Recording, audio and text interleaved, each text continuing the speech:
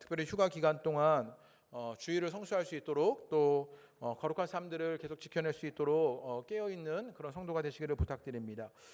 우리 오늘 칼럼에 고요한 하루의 일들을 이야기하였는데 바쁘고 분주한 삶 때문에 흐트러진 우리의 신앙과 하나님을 향하지 못했던 우리의 모습들이 그 고요한 하루들을 통하여서 주님께 향하여지는 그런 은혜가 있게 되기를 바랍니다. 우리 여름 휴가 동안 그런 하루를 만드시고 주님을 만나는 그런 은혜가 있게 되시기를 바랍니다. 생명에선 8호를 구입할 수 있습니다. 가격은 4,000원입니다. 우리 8월 달에 우리 큐티로 그렇게 또 나아가는 여러분 되시기를 바랍니다. 우리 강단원화와 우리 교회 일정은 주보를 참조해 주시기를 바랍니다. 우리 오늘 성경 말씀 함께 봉독하겠습니다. 오늘 말씀은 빌립보서 3장 10절에서 16절의 말씀입니다. 우리 빌립보서 3장의 말씀, 우리 지난주부터 이어져 오는 말씀인데요. 우리 10절에서 16절의 말씀 함께 읽겠습니다. 이제 바울의 신앙 고백 같은 이야기, 이제 자신의 이야기들 속에서 바울이 삶의 목표를 어떻게 하고 그것을 어떻게 이루어가는지에 대한 이야기가 우리 10절부터 16절의 말씀 속에 담겨져 있습니다. 우리 빌립보서 3장 10절부터 16절까지를 한 절씩 교독하시고 우리 16절을 함께 읽겠습니다. 내가 그리스도와 그 부활의 권능과 그 고난의 참여함을 알고자 하여 그의 죽으심을 본받아 내가 이미 얻었다 함도 아니요 온전히 이루었다 함도 아니라 오직 내가 그리스도 예수께 잡힌 바 된 그것을 잡으려고 달려가노라.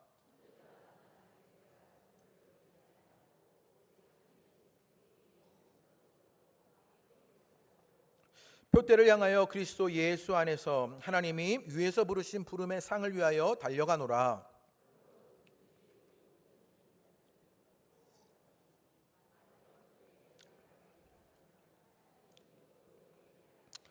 함께 봉독하십니다. 오직 우리가 어디까지 이르렀든지 그대로 행할 것이라. 아멘. 할렐루야. 주님 앞에 예배하는 여러분 가운데 주님의 큰 은혜가 있게 되시기를 주님의 이름으로 축복합니다. 교회 오시느냐고 엄청 더우셨죠. 이렇게 무더운 날 예배를 들어오시는 여러분 참 훌륭하고 귀하십니다. 우리 옆에 있는 분들에게, 우리 그런 분들에게 우리 환영합니다, 또 감사합니다 한번 인사하시지요. 환영합니다, 감사합니다, 그렇게 인사하시죠. 이 무더위에 함께 예배를 드려주시는 분들 참으로 반갑고 감사한 분들입니다. 우리 터키 시인 가운데 나짐 히크메트라는 분이 신과의 인터뷰라는 글을 썼습니다. 이런 글인데요. 신이 말했습니다. 내가 나를 인터뷰하고 싶다고 했느냐? 그랬더니 사람이 대답했습니다. 시간이 있으시다면요. 또 신이 미소 짓고 나의 시간은 영원하니라. 무슨 질문을 품고 있느냐? 신이 물으니 사람이 대답합니다.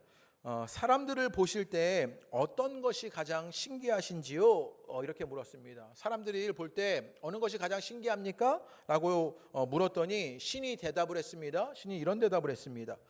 어린 시절을 지루해하는 것, 서둘러 자라기를 바라고 다시 어린 시절로 돌아가기를 갈망하는 것. 우리가 어릴 적에 정말 그러지 않았습니까? 빨리 컸으면 좋겠는데 크고 나서는요 어렸으면 좋겠다라고 기대하는 일들이 있는 것이요.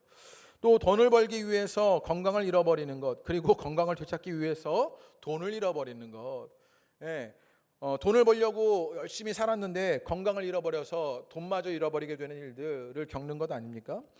미래를 염려하다가 현재를 놓쳐버리는 것, 결국 미래에도 현재에도 살지 못하는 것, 미래도 현재도 없는 삶을 살고 있는 우리를 봅니다. 또 결코 죽지 않은 것처럼 살더니 결국 살았던 적이 없었던 것처럼 죽는 것, 결코 죽을 것 같이 살더니 그 죽음도 모르고 살더니 언제 살았냐는 듯이 죽어버리는 일들이 일어나는 것이 사람 가운데 있는 모습이다라고 말하는 것입니다. 이 신과의 인터뷰에서 우리의 모습이 발가벗겨진 듯합니다.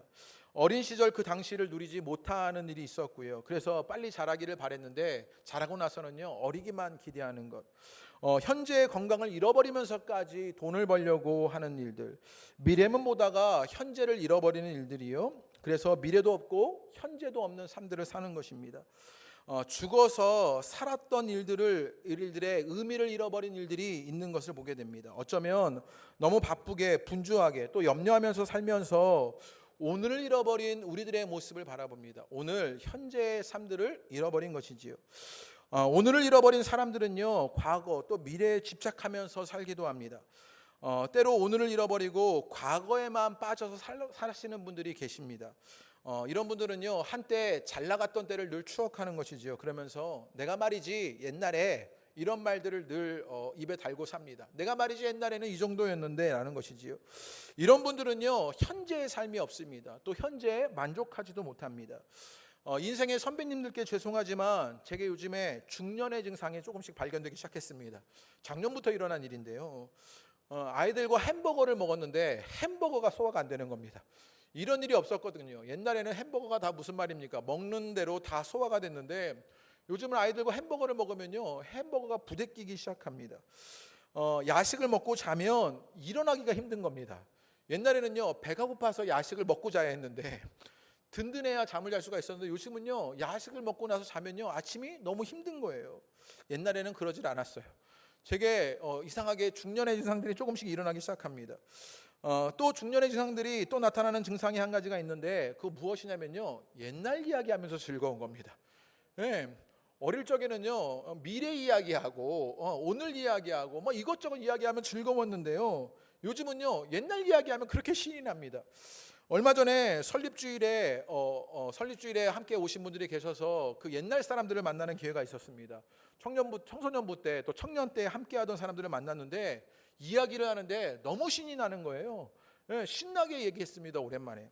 그러면서 속으로 야, 옛날 얘기하니까 너무 신이 나는 제가 이상한 것입니다. 어릴 적에 어른들이 옛날 이야기하면 어른들 바라보면서 왜 저래, 맨날 옛날 얘기만 해 이러면서요, 혀를 찾는데 지금은요, 제가 그러고 있는 것을 보게 됩니다. 어쩌면 우리 모두가 과거에 빠져 사는 듯한 그런 모습을 갖고 있지는 않은가 생각해 보게 됩니다.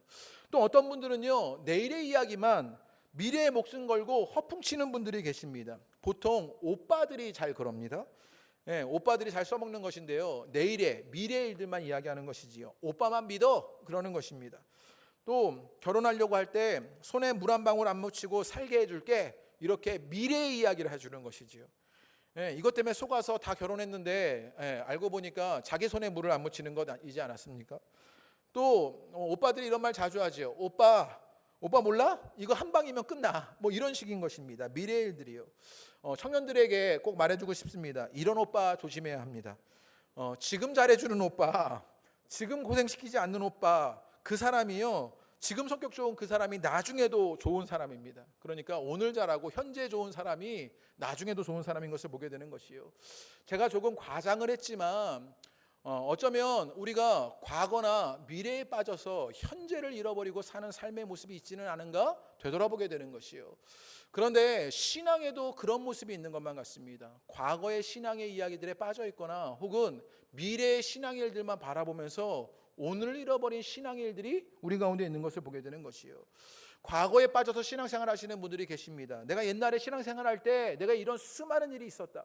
이 말씀이 내게 그때는 그렇게 은혜로웠는데 라고 말하는 것이지요. 내가 이 정도였는데 라고 말하는 것입니다. 또 나는 나중에 잘 믿게 될 거다. 나는 나중에 믿음이 더욱 굳건해질 거다. 나중을 봐라. 이런 식으로 이야기하는 것입니다.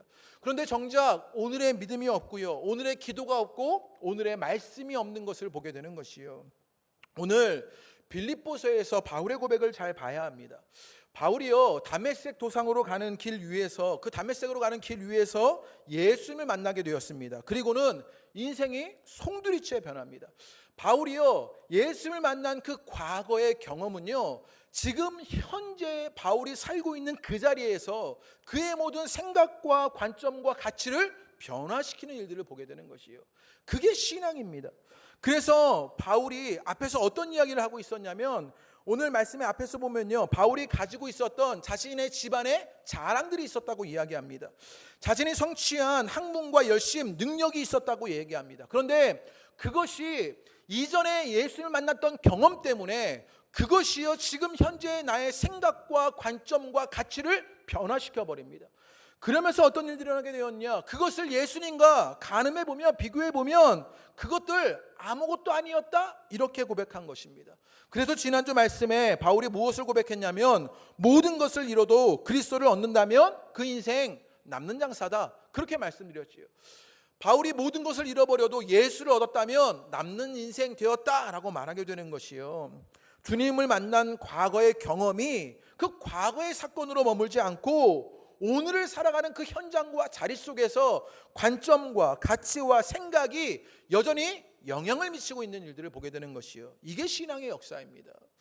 7월 달에 설립주일을 맞아서 박대영 목사님이 사경회로 오셨지요. 제가 이전에 이 목사님을 잘 알고 있었습니다. 제가 연구를 많이 했거든요. 조금 좋은 분이 생기면 제가 그분을 좀 파고드는 편입니다. 그분의 책을 제가 다 읽었고요. 세미나에 참석해봤고요. 설교도 열심히 들어봤습니다. 그리고 그분이 사경회에서 말씀을 전하시는데 반복되는 말씀이 굉장히 많은 거예요. 그래서 속으로 제가 역시 별다를 것이 없구나 막 이런 생각을 하면서 제가 막 고개를 끄덕이기도 했고요. 김진수 장로님이 또 우리 비즈니스 선교회관에서 우리에게 말씀을 전해주시고 또 간담회로 함께 대화를 나눠주셨습니다.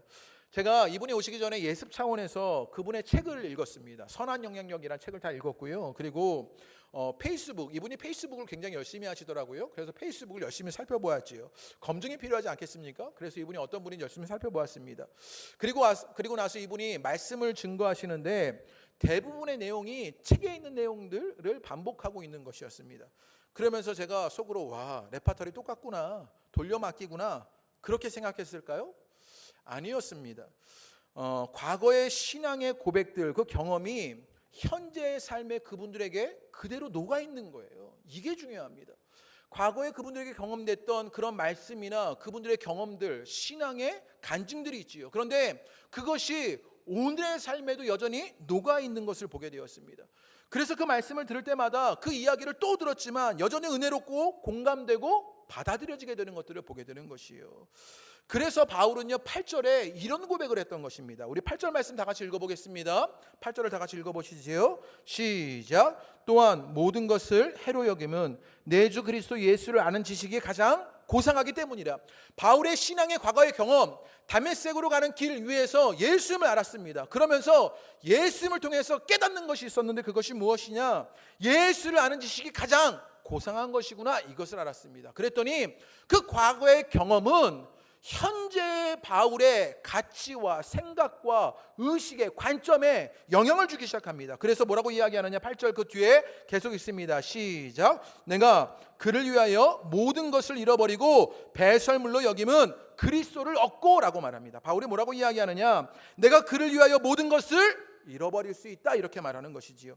모두 현재형으로 이야기합니다. 내가 과거에 예수를 알게 되는 그것으로 말미암아 오늘 내게 일어나는 일이 있는데 내가 그를 위하여 모든 것 잃어버릴 수 있게 되었다. 그의 관점과 생각과 가치가 변화된 것들을 보게 되는 것이요. 신앙은요 그 변화의 연장선에서 현재 지금을 살아가게 되는 것이요. 오늘 말씀을 듣는 여러분에게 그 은혜가 있게 되시기를 주님의 이름으로 축복합니다. 신앙은요 과거에 머물렀던 그것을 사는 것 아닙니다. 미래에 되어질 그것 보고 사는 게 아니라 오늘 내가 그 과거의 신앙의 일들, 미래에 일어날 그것들을 바라보면서 오늘을 살아가며 현재의 가치와 생각 그리고 관점이 변화되는 것들을 보게 되는 것이요. 그렇다면 과거에 주님을 만난 은혜로 일어난 바울의 변화가 무엇인지를 봐야 하는데, 지금 과거에 바울이 주님을 만나게 되었습니다. 그러자 오늘 바울의 삶에 달라지는 지점이 생기기 시작합니다. 10절의 말씀에 등장하는데요, 우리 10절을 다 같이 한번 읽어보겠습니다.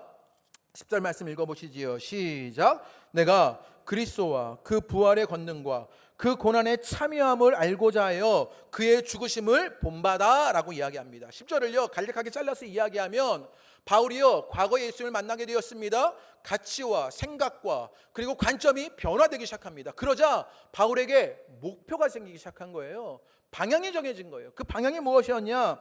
내가 그리스도와 그 부활의 권능과 그 고난의 참여함을 알고자 한다라고 말하는 것이에요. 이게 바울의 삶의 목표가 되고 방향이 되었던 것입니다. 예수께 참여하는 것을 알고자 하는 것, 그것이 바울의 삶의 방향과 목표가 되었던 것이에요. 그러면 질문해 볼 수 있게 됩니다. 바울이요 예수님을 몰랐습니까? 예수님을 몰라서 지금 알고자 하는 것입니까? 지금 빌립보서를 쓸 당시에 바울이 예수님을 모르고 있었던 것입니까? 아닙니다. 바울은 이미 다메섹으로 가는 길 위에서 부활의 예수님을 만났었습니다. 그 부활의 예수님을 알게 되었어요. 3번의 전도 여행을 통해서 복음의 역사가 무엇인지, 그 전도 여행을 통해서 선교할 때 하나님이 어떤 일들을 이루어 가시는지, 성령은 어떻게 역사하시는지를 다 경험했던 것이 바울이었습니다. 그리고 이제 빌립보서를 쓸 때는요 바울의 삶의 노년기였습니다. 그 인격과 신앙이요 무르익어가는 그런 단계였습니다. 그래서 사람들이요 바울을 선생님이라고 부르게 되었고 목회 서신을요 수없이 쓰게 되었고, 지금 로마의 감옥에서 순교를 각오할 정도의 무르익은 신앙의 수준이 되었던 것이 바울이었습니다. 그런데 바울이 지금 또 뭐라고 이야기하는 10절의 말씀에, 내가 그리스도와 그 부활의 권능과 그리고 고난에 참여하는 것을 알고자 한다. 바울이 왜 이 말을 되풀이하고 있냔 말이에요. 이미 알고 있는데 왜 그것을 되풀이하고 있을까요? 여기서 알고자 한다는 말의 의미를 다시 한번 되새겨봐야 하는데, 제가 조금 이것을 쉽게 설명하면요, 결혼하신 부부들은요 잘 알 수 있습니다. 결혼해서 아내를 알아서 결혼했습니다. 또 남편을 알아서 결혼했어요. 배우자를 아니까 결혼했지요. 우리 신세봉 권사님이요, 우리 수련회 가서 결혼하시고 나서 첫날 밤이 지나고 나서 아침에 남편 얼굴 처음 봤다고. 그래서 우리 모두가 깜짝 놀랐는데요. 우리 대부분의 분들은 어떠셨냐면요, 남편을 알고 아내를 알아서 결혼했지요. 그런데 살다 보니 아내와 남편을 경험하면서 어떻게 됩니까? 더 깊이 있게 알아가는 일들이 일어나지 않습니까? 저도 결혼하고 10년을 넘게 살게 되었는데요, 아내가 이전에 아름다웠는데 더 아름답구나, 이것을 알게 됩니다. 내가 비웃는 여러분, 생존을 위해서 어쩔 수 없이 제가 그러는 것은 아닙니다만, 아내가 아름다웠는데 점점 더 아름다워지는구나, 이렇게 말해야 하는 거죠. 그것을 알게 되는 것이지요. 결혼하신 분들은 아십니다. 알아서 결혼했지만 결혼 후에 알게 되는 것과는요 차원이 다른 것이지요. 그래서 부부관계가 건강한 분들은요 어떻게 하시냐면, 서로 닮아가는 일들이 일어나고요, 서로의 한계들을 알려주기도 하고요, 더 좋은 관계를 위해서 노력하는 것입니다. 오늘 설교가 여기에서 끝나버립니다. 여기 다 담겨져 있어요. 바울이요 예수님을 알아가려고 합니다. 예수님께 참여하려고 하는 것이지요. 그 부활의 권능과 그 고난에 동참하려고 합니다. 그런데 그것을 위해서 그런 바울이 이제 어떻게 하느냐, 예수님을 닮아가려고 하는 것입니다. 자신의 한계를 보여내는 것입니다. 그리고 더 좋은 관계를 위해서 달려가는 일들이 일어나게 되는 것이요. 제가 오늘 본문을 쉽게 결혼을 비유로 설명하면 이렇습니다. 바울이 예수님의 사랑을 받고 이제 예수님을 너무 사랑해서 예수님을 알아가는 그 방향, 목표가 설정되었습니다.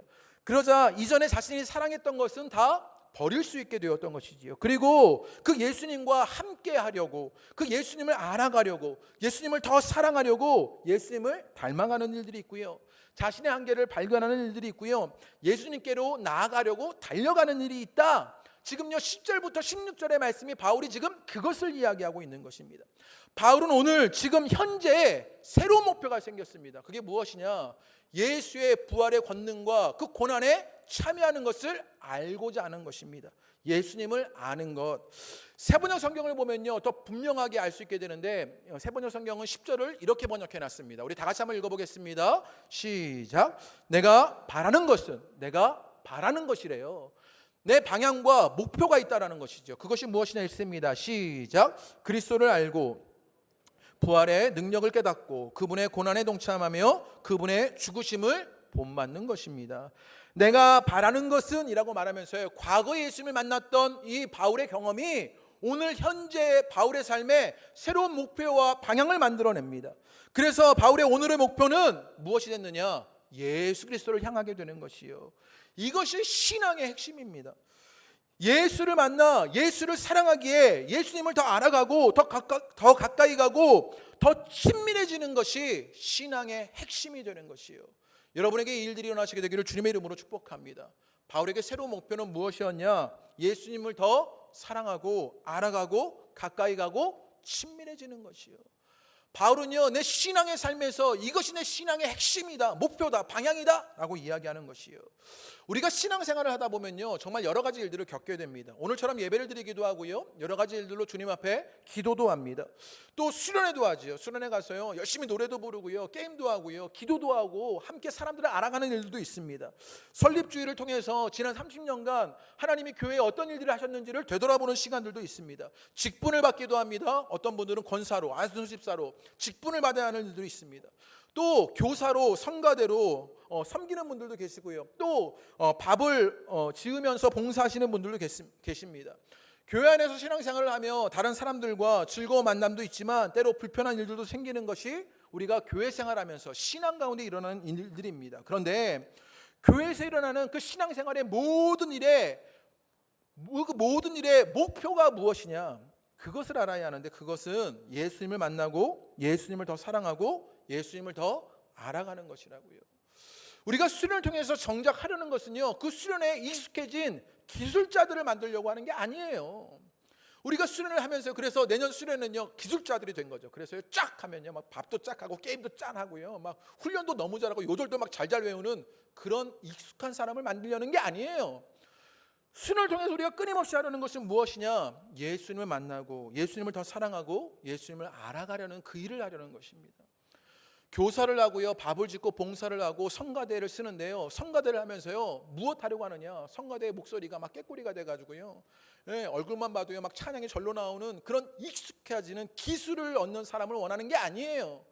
성가대가 찬양을 통해서 그리고 공동체가 함께 찬양하는 그 일을 통해서 예수님을 사랑하고 예수님을 알아가고 예수님을 더 가까이 하게 되는 그 일을 이루어가는 것, 그것이 목표고 방향이다라고 말하게 되는 것이요. 그것이 여러분에게 일어나시게 되기를 주님의 이름으로 축복합니다. 그러면서 바울이요 예수님을 알아가는 것, 그것이 방향이고 목표인데 그 가운데 부활의 권능에 참여한다, 이런 이야기를 하게 됩니다. 부활의 권능을 안다고 이야기하는데 이런 이야기를 들으면요 우리는 흔히 어떻게 이해하느냐? 성경을 읽고는요, 바울이 부활의 권능에 참여하는 것을 알고자, 그래서 종말론적인 때에 우리가 죽어도 다시 살아나는 부활의 일들을 경험하는 것, 그것을 바라고 있구나라고 생각할 수 있는데 당시의 상황 속에서 말씀을 이해해 보면 그렇지 않습니다. 당시 상황 속에서 이 빌립보 교회는요, 이 빌립보는요 어떤 지역이었냐면 이전에 설명드렸지만 작은 로마라는 그런 별명이 있는 곳이 빌립보였습니다. 그러니까 빌립보를 다스리고 빌립보의 문화와 통치 방식과 살아가는 모든 그 삶의 방향성들이 다 어디에서 온 것이냐? 로마에서 온 것이었죠. 그래서 로마의 권능, 로마의 힘으로 있었던 것이 빌립보였습니다. 그럼 그 로마의 힘은 어디서부터 왔느냐? 그 로마의 힘은 어디서부터 왔냐면요, 황제로부터 온 것입니다. 그 황제가 통치하고 심판하고 그 영광을 받는 모든 것, 그 황제로부터 온 그 로마의 권능이 지금 빌립보를 다스리고 있었던 거예요. 그런데 그때 바울이 무슨 얘기를 하느냐? 부활의 권능에 참여하고 알고자 한다라고 말하는 것이에요. 그것은 무엇을 말하는 것이냐? 지금요 그런 로마의 힘이 아니라 그 부활의 권능으로 내가 오늘을 살아가게 된다라고 말하고 있는 것입니다. 다메섹 길 위에서 부활의 예수님을 만난 바울은요 부활의 힘 아래에 있게 된 것이었습니다. 부활의 예수님의 통치, 심판, 영광을 알게 되었던 것이지요. 현재적 부활이 바울에게 오늘 그 자리에 있었던 것이요. 그래서 바울은요 부활을, 희망적인 부활을 넘어서서 현재적인 삶의 그 부활의 유익을 우리에게 알려주면서 예수님을 알게 되는 그것으로 말미암아 우리 가운데 무엇이 일어나느냐? 부활의 권능이 일어난다라고 말하게 되는 것이에요. 바울이요 다메섹 도상에서 예수를 만났는데 그 부활하신 예수를 만나고 나니 그 부활의 예수님이 현재 나의 삶에도 그 권능으로 일하고 계시더라는 거예요. 로마서 말씀을 보면 이것을 더 확인할 수 있는데 로마서 6장 4절의 말씀입니다. 우리 다 같이 읽어보겠습니다. 시작. 그러므로 우리가 그의 죽으심과 합하여 세례를 받음으로 그와 함께 장사되었나니 이는 아버지의 영광으로 말미암아 그리스도를 죽은 자 가운데 살리신과 같이 우리로 또한 새 생명 가운데서 행하게 하려 함이라 라고 말합니다. 그리스도를 죽은 자 가운데서 살리신과 같이 예수님에게 부활이 있었습니다. 그런데 그 부활은 어떤 일이 일어났느냐? 우리로 또한 새 생명 가운데 행하게 하려 한다라고 말합니다. 그 부활은요 예수님의 부활로 멈춰진 것이 아니라 그 부활의 권능은 지금 부활로 말미암아 통치하고 심판하고 영광으로 우리 가운데 나타나더라는 거예요. 우리 8장 34절의 말씀도 읽어보겠습니다. 시작.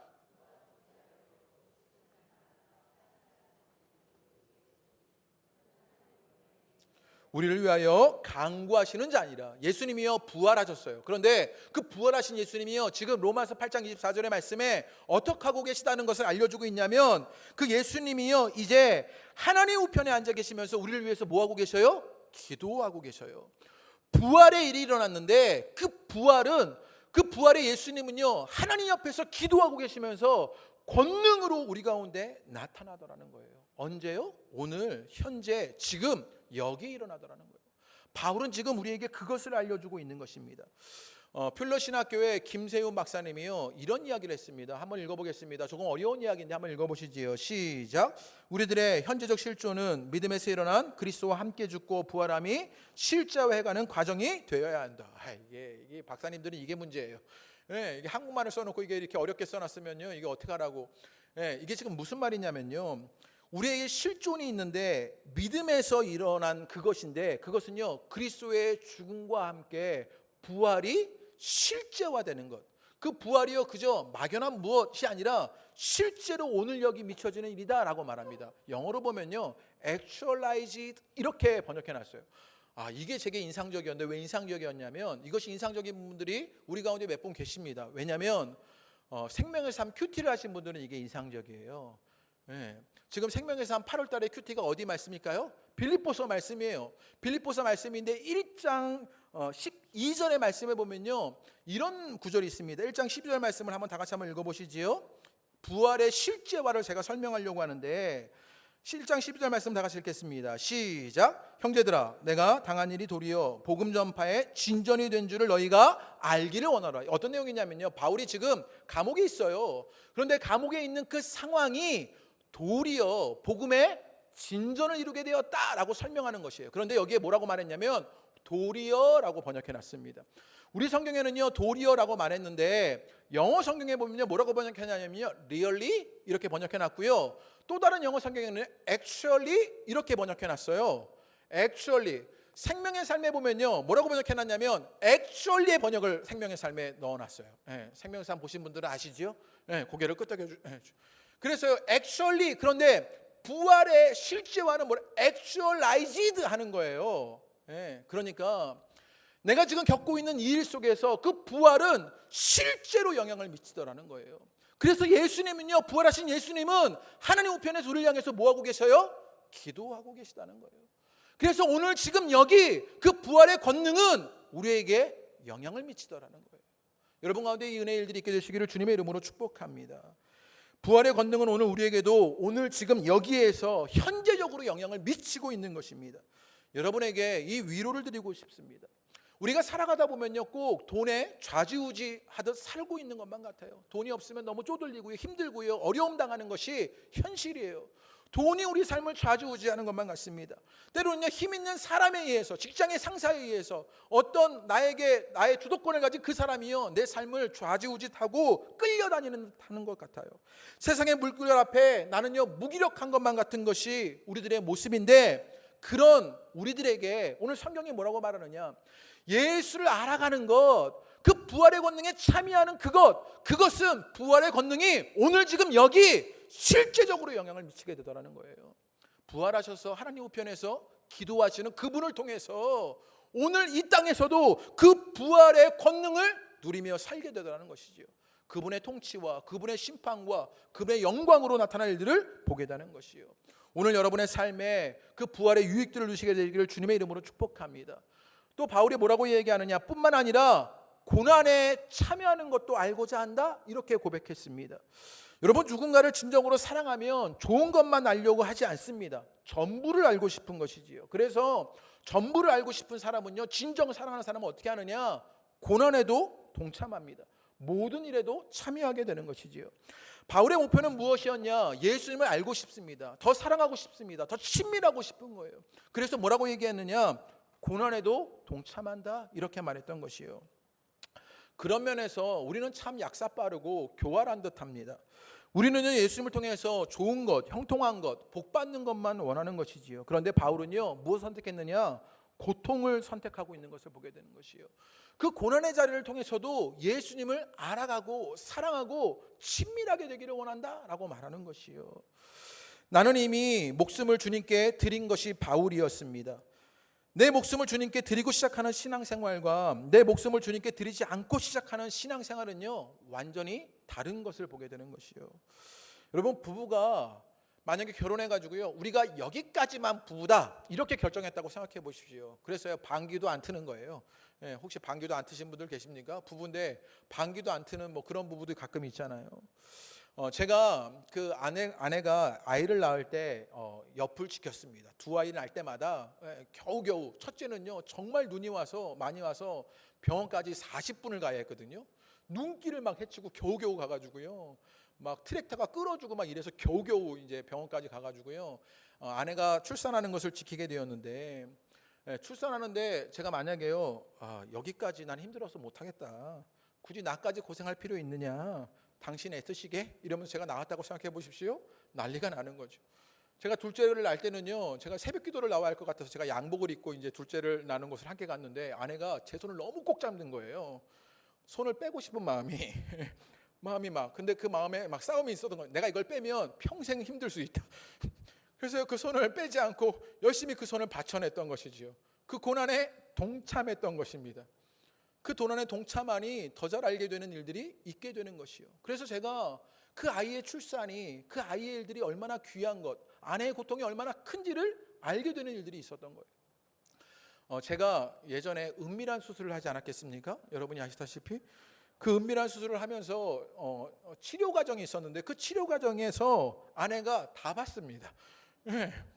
내가 못 보는 그 부분을 아내는 다 보게 된 것이지요. 그러니까 제게 어떤 일이 생겼냐면 믿음이 생겼어요. 믿음이 생겼어. 어떤 믿음이 생겼냐면, 내가 나중에 병들어 무슨 일이 있을 때 아내가 다 받아주겠구나, 이런 믿음이 생기더라고요. 여러분, 제가 무엇 설명하려고 하는지 아실 수 있을 것 같습니다. 지금요, 바울이요, 내가 고난에 동참한다, 예수님과 함께 그 길을 가면서 예수님과 더 깊은 관계를, 더 깊은 사랑을, 더 친밀한 일들을 만들어내고 있는 것이요. 여러분 가운데 이 일들이 있으시게 되기를 주님의 이름으로 축복합니다. 그리스도의 부활의 권능을 누리며 살고 죽음과 고난에도 동참하시게 되기를 바랍니다. 이것이 예수님을 목표로 살아가는 사람들의 현재적 삶이 되는 것이요. 그 현재적 삶이 여러분 가운데 있으시게 되기를 주님의 이름으로 축복합니다. 그럴 때 바울이요, 내가 예수님을 알아가고 사랑하고 더 친밀하게 되는 그것, 부활의 권능을 누리며 고난에 동참하며 예수를 알게 되는 그것, 그 목표와 방향을 위해서, 그럼 내가 지금 겪게 되는 당면한 과제가 무엇인지를 바울이 설명합니다. 그게 12절과 13절에 등장하는데요, 우리 12절과 13절 말씀 다 같이 읽어보겠습니다. 시작. 내가 이미 얻었다 함도 아니요 온전히 이루었다 함도 아니라 오직 내가 그리스도 예수께 잡힌 바 된 그것을 잡으려고 달려가노라. 형제들아, 나는 아직 내가 잡은 줄을 여기지 아니하고 오직 한 일, 즉 주에 있는 것을 잊어버리고 앞에 있는 것을 잡으려고 라고 말합니다. 바울이요, 아주 의미심장한 이야기, 조금 헷갈릴 수 있는 이야기를 말하는데, 이미 얻었다 함도 아니고 온전히 이루었다 함도 아니다, 내가 잡은 줄로 여기지 않는다, 이런 고백을 하고 있는 것입니다. 바울은 구원이 확정되었다라고 할 수 없는 그런 말을 하고 있는 것입니다. 이게 헷갈릴 수 있는데요, 지금 바울은요, 구원의 확정이 진행 중이다, 과정 속에 있다, 이런 말을 하고 있는 것입니다. 이것을 확인할 수 있는 빌립보서의 말씀이 있는데, 빌립보서 1장 19절의 말씀에 보면요, 앞에서 보시면 바울이요, 구원을 뭐라고 말하느냐면 나를 구원에 이르게 할 줄을 아는 고로, 바울이 이런 표현을 했어요. 구원에 이르게 된다라는 말은 구원이 무슨 말이에요? 과정 가운데 있다, 구원의 확정은 진행형이다, 이런 말을 하는 것이지요. 이것을 조금 설명드려야 하는데, 여러분 지금 12절의 말씀에 온전히라는 말은요, 15절에도 온전히가 등장하는데 12절의 온전히와 15절의 온전히는요 다른 말입니다. 12절의 온전히는요 절대적인 온전을 말하는 것이에요. 무슨 말이냐, 예수님과 내가 완전한 일치를 이룬 그런 온전함을 이야기하는 것이에요. 그런데 바울이 뭐라고 말하냐면, 그 온전함은 아직 내게 무엇이냐, 미완성이다, 내가 아직 잡지 못했다, 이렇게 말하는 것이에요. 얼핏 들으면 구원과 관계되어서 헷갈릴 수 있는 말입니다. 구원을 얻지 못했다는 이야기처럼 들려지기도 하기 때문이죠. 그런데 바울이 이전에 성경에서 보면 바울은 구원을 확신하는 이야기가 들려지게 돼요. 그러면 구원의 확정과 구원의 확신이 무엇인지를 봐야 하는데, 구원의 확신은 어떻게 생기는 거냐면요, 하나님을 통해서 생기는 것입니다. 무슨 말이냐, 구원은요 하나님이요 구원하기로 의지가 갖고 계시는 거예요. 하나님의 열심과 하나님의 뜻이 우리를 구원하시는 것에 있는 것이에요. 그렇다면 우리가 알게 되는 것이 있어요. 무엇이냐, 하나님의 의지가 단호하시다면요 구원을 확신할 수 있게 되는 것이에요. 그 의지가 어떻게 확인되었냐, 예수님의 십자가로 말미암아 그 구원의 의지가 확인되었지요. 구원의 시작도 완성도 전적으로 누구에게 달려있느냐, 하나님에게 달려있는 이야기입니다. 그래서 구원의 확신의 초점은 누구에게 있냐면요, 하나님에게 있는 이야기를 하는 거예요. 그런데 바울은요, 그 구원의 확신에 관한 이야기를 하는 것이 아니라 구원의 확정에 관한 이야기를 하고 있는 것입니다. 무슨 말이냐? 그것은 자기 자신이 초점이 되었을 때 그 온전함을 이뤄내는 것, 하나님과 예수님과 자신이 일치가 되는 그 온전함이 자신에게 아직은 도달하지 못했다, 이런 이야기를 하고 있는 거예요. 내가 그것을 아직 이루었다고 말할 수가 없다라는 것이에요. 여기가 아주 중요한데요, 지금 바울이요, 예수님을 닮아가고 예수님께 친밀해지고 그 부활의 권능과 고난에 참여하는 것을 삶의 목표로 두고 갑니다. 그런데 제가 깨닫게 되는 것이 있어요. 내가 아직 그것에 이르지 못했다, 그 구원의 확정, 나를 바라보니 하나님이 아니라 나를 초점으로 그 하나님이 온전하게 이루시는 그 일들을 바라보니 나는 아직 무엇이에요? 한계가 있고 부족하고 결핍이 있다, 이렇게 말하는 거예요. 여기가 아주 중요합니다. 신앙에서 우리가 고백해야 할 지점이기도 한데요, 자신의 한계에 절절한 고백들이 있게 되는 것이요, 바울은 지금 자신의 결핍과 부족과 한계를 보고 있는 것입니다. 예수님을 알고 예수님께 참여하려고 할 때 자신의 삶에 채워지지 않는 부분과 비어있는 것이 무엇인지를 보게 되었던 것이지요. 그러면서 뭐라고 고백하는 것이냐? 내가 미완성이다, 그 이야기를 하고 있는 것입니다. 세상에서 제일 무서운 사람이 누군지 아십니까? 책 하나를 읽고 다 안다고 여기는 사람입니다. 이런 사람 얼마나 무서운지 몰라요. 자신의 경험이 전부인 양, 그 전부인 것처럼 말하는 사람들입니다. 자신의 말이 항상 옳다고 생각하는 사람이요, 정말 무서운 사람들 아닙니까? 그런데 바울이요, 내가 이루었다는 것도 아니다, 내가 잡았다는 것도 아니다, 나의 결핍과 한계와 부족을 알고 그래서 나는 미완성의 상태임을 인정하고 고백하고 있는 것이에요. 하나님 편에서가 아니라 내 편에서 보면 예수님을 알아가고 예수님을 닮아가고 그분과 친밀하게 되는 그 나는 미완성이라는 거예요.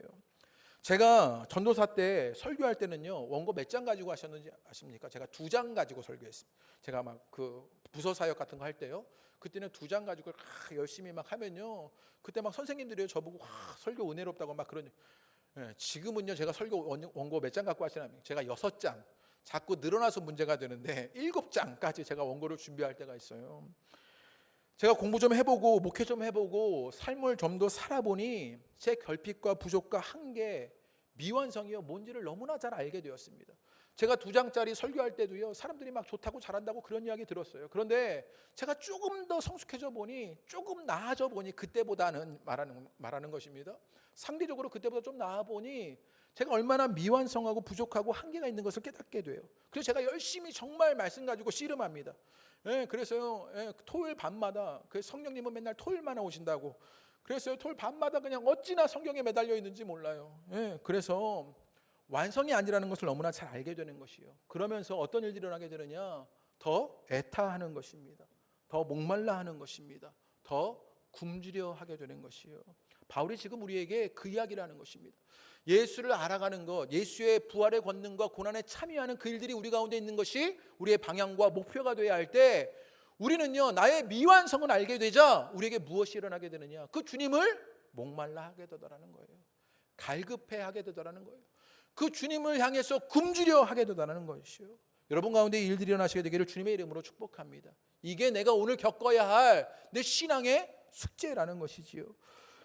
그리스도와 완벽한 일치를 이루었다고 누가 말할 수 있겠습니까? 누가 온전히 주님을 알고 있다고 말할 수 있겠습니까? 예수님의 그 수준에 누가 이르렀다고 말할 수 있겠습니까? 그래서 우리는요, 미완성을 고백할 수밖에 없습니다.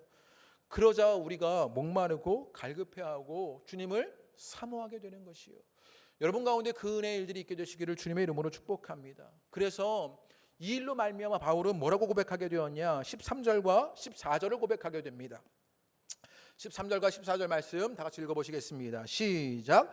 형제들아, 나는 아직 내가 잡은 줄로 여기지 아니하고 오직 한 일, 즉 뒤에 있는 것을 잊어버리고 앞에 있는 것을 잡으려고 표대를 향하여 그리스도 예수 안에서 하나님이 위에서 부르신 부름의 상을 위하여 달려간다, 이렇게 이야기합니다. 뒤에 있는 것을 잊어버리고 라고 말합니다. 무슨 말이냐? 바울의 자랑거리들이 있지 않았습니까? 바울의 혈통이나 바울이 성취했던 그 학문이나 바울의 열정들, 바울의 어떤 노력들이 있었습니다. 예수님이 알기 전에 이전의 삶은요, 무엇이 자랑거리인지 무엇이 부끄러움인지 모르는 그런 삶이었습니다. 그런데 예수님을 알게 되자 가치와 생각과 관점이 변하자 무엇이 자랑거리이고 무엇이 중요한지를 알게 되었습니다. 또 예수님을 알고 나서 바울의 업적 수고 공로가 얼마나 많았습니까? 그러나 그 과거에 있었던 성취에 안주하지 않게 되더라는 거예요. 그래서 바울이 뭐라고 말하느냐면 뒤에 있는 것을 잊어버린다라고 말합니다. 무엇이 중요한지, 무엇이 자랑거리인지를 알게 되고 과거의 업적에 안주하지 않으면서 뒤에 있는 것을 잊어버린다라고 말하는 것, 그것에 안주하지 않겠다라고 말하는 것입니다. 그러자 14절의 말씀에 뭐라고 이야기하는 것이냐, 그래서 바울이 뭐라고 말해, 표대를 향해서 달려간다라고 말하고 있는 것이요, 예수님을 알고 예수님께 참여하는 목표를 향해서 계속해서 달려나갈 수 있다라고 말하는 것이죠. 바울은 지금 스포츠 용어를 써서, 경주하는 그 용어를 썼어요. 지금 열심히 달려나가겠다라고 말하는 것입니다. 그래서요, 신앙은요 경쟁하는 것이 아니라 경주하는 것입니다. 제가 이 말 쓰고 혼자 감동했는데 여러분은 별로 감동을 안 하시는 것 같아요. 네, 신앙은요 경쟁하는 게 아니라 경주하는 것입니다. 우리는 자꾸만요 신앙을요 남들과 경쟁하는 무엇으로 여기게 되는 것이죠. 그런데 신앙은요 그 표대를 향해서요 끊임없이 경주하는 것, 그것이 신앙인 것이요. 여러분, 부부를 한번 생각해 보십시오. 부부가 옆집 남편과, 남편이 경쟁합니까? 옆집 아저씨와? 네, 아내가요 옆집 아줌마와 경쟁합니까? 네, 우리 남편에게 얼마나 잘해주는지 보자, 우리 307호 아줌마보다 내가 더 잘해줄 테야, 이러면서 경쟁하십니까? 아니지요. 경주하는 것입니다. 서로를 더 사랑하고 더 알아가고 수고하는 경주를 계속해서 부부 생활 가운데 하게 되는 것이지요. 마찬가지로 신앙은요 그 자리에 안주하지 않고 끊임없이 경주로 그 풋대를 향해서 달려나가는 것이다 라고 말하게 되는 것이요. 그래서 노련한 선수는요 끝에 다다를 때까지 경주가 끝나지 않은 것을 압니다. 여러분, 가끔 뭐 영상 같은 거 보면요 막 선수들이요 막 거의 들어왔을 때 손을 번쩍 들고 막 혼자 세레모니를 하다가 다른 선수가 획 들어가는 그런 경우들 보지 있지 않습니까? 끝이 어딘지를 알아서 끊임없이 그 경주를 이어가는 것이요, 끝날 때까지 끝난 게 아닌 것을 알아서. 그래서 신앙은요 정체되지 않는 것입니다. 안주하지 않고 정체되지 않고 끊임없이 달려나가는 그 열정을 갖게 되는 것, 표대를 향해서 달려나가는 그 신앙의 열정을 가져라 라고 말하게 되는 것이요. 여러분 가운데 그 신앙의 열정이 있게 되시기를 주님의 이름으로 축복합니다. 마지막으로 바울의 실천적 과제가 무엇이었냐, 15절과 16절의 말씀을 보겠습니다. 우리 15절과 16절 말씀 다 같이 읽어보시지요. 시작. 그러므로 누구든지 우리 이렇게 생각할지니 만일 어떤 일이 너희가 달리 생각하면 하나님이 이것도 너희에게 나타내시리라. 오직 우리가 어디까지 이르렀든지 그대로 행할 것이라. 오늘 15절에도 보면요, 우리 온전히 이룬 자들, 바울이요 앞에서 온전히 온전히 이루지 못했다라고 말했는데 이번에는 온전히 이루었다. 뭔가 말이 모순된 것 같지요. 그런데 이 온전이란 말이 다른 뜻이 있다고 설명을 드렸지요. 앞에서의 온전함은요 절대적인 온전을 말한 것이에요. 그러니까 예수님과 완전히 일치된 상태의 온전함을 말한 것이고요, 지금 온전히 이룬 자들은요 상대적인 온전을 말하는 것입니다. 지금 자신이 완전하다고 말하는 사람들이 막 빌립보 교회 안에 있어요. 그런데 그들을 비꼬면서 바울이 뭐라고 이야기하는 것이냐, 내가 지금 온전히 이룬 자들이라고 말해요. 그들보다 내가 좀 더 성숙한데, 이런 이야기예요. 내가 그들보다는 조금 유아기적인 미성숙한 신앙이 아니라 성숙의 신앙으로 말하는데, 그 신앙은 그 자리에 머물러 있거나 뒷걸음치지 않고 행하더라 라고 설명하고 있는 것이요. 여러분 가운데 이 신앙이 있게 되기를 주님의 이름으로 축복합니다. 그래서 신앙은요 너무 늦은 것도 없고 너무 이른 것도 없습니다. 그저 그 자리에 머물지 않고, 여러분 성숙하다면 예수님을 알고 예수님께 참여하는 일에 끊임없이 참여하는 것, 달려나가는 것, 그 지속성이 성숙의 신앙의 모습이라는 것이지요. 여러분 가운데 그 성숙의 신앙이 있게 되기를 주님의 이름으로 축복합니다. 달리 말하면 바울은 그 그리스도인의 성숙을 뭐라고 말했냐, 오직 온전에 도달하기 위해서 노력하는 것 자체가 온전한 것이다, 이렇게 말하는 거예요. 온전에 이르기 위해서 노력하는 것이 온전한 것이다 라고 말하는 것이에요. 초대 교부 크리스토스톰은요 이런 이야기를 했는데, 우리 다 같이 한번 읽어보겠습니다. 시작. 자신을 완전하다고 생각하지 않는 것이 완전한 사람의 특징이다. 참 훌륭한 이야기를 했지요. 완전하지 않다고 생각하는 것이 완전한 사람의 모습이라고요. 또 종교개혁가 루터는요 이렇게 말했습니다. 시작. 그리스도인의 본질은 그가 어떤 인간이 되었는가에 있지 않고 그가 어떤 인간이 되어가고 있는가에 있다, 이렇게 말합니다. 어떤 인간이 되었는가에 있지 않고 어떤 인간이 되어가고 있느냐, 이것이 그리스도인의 본질이다라고 말하게 되는 것이요. 여러분은 어떤 그리스도인으로 어떤 인간이 되어가고 계십니까? 바로는요 그것을 설명하고 있는 것입니다. 그 방향은, 그 목표는 예수 그리스도를 알고 그분과 더 친밀해지고 그분을 더 사랑하는 것, 그 부활의 권능을 누리며 그 고난에 동참하는 것, 그것이 바울의 목표와 방향이었습니다. 그 속에서 무엇을 알게 되는 것이냐? 자신의 미완성, 한계를 알게 되는 것입니다. 그러자 사모함이 일어납니다. 갈급함이 일어납니다. 굶주림이 일어납니다. 그래서 주님을 찾게 되면서 뭐라고 말하는 것이냐? 표대를 향해서 달려나가는 열정, 안주하지 않고 머무르지 않고 끊임없이 나아가는 그 지속성을 가지고 성숙함으로 주님을 찾게 되더라는 것이요. 여러분 가운데 일이 일어나시게 되기를 주님의 이름으로 축복합니다. 말씀을 마무리하려고 합니다. 바울의 목표는 예수님을 알고 예수님께 참여하는 것이었습니다.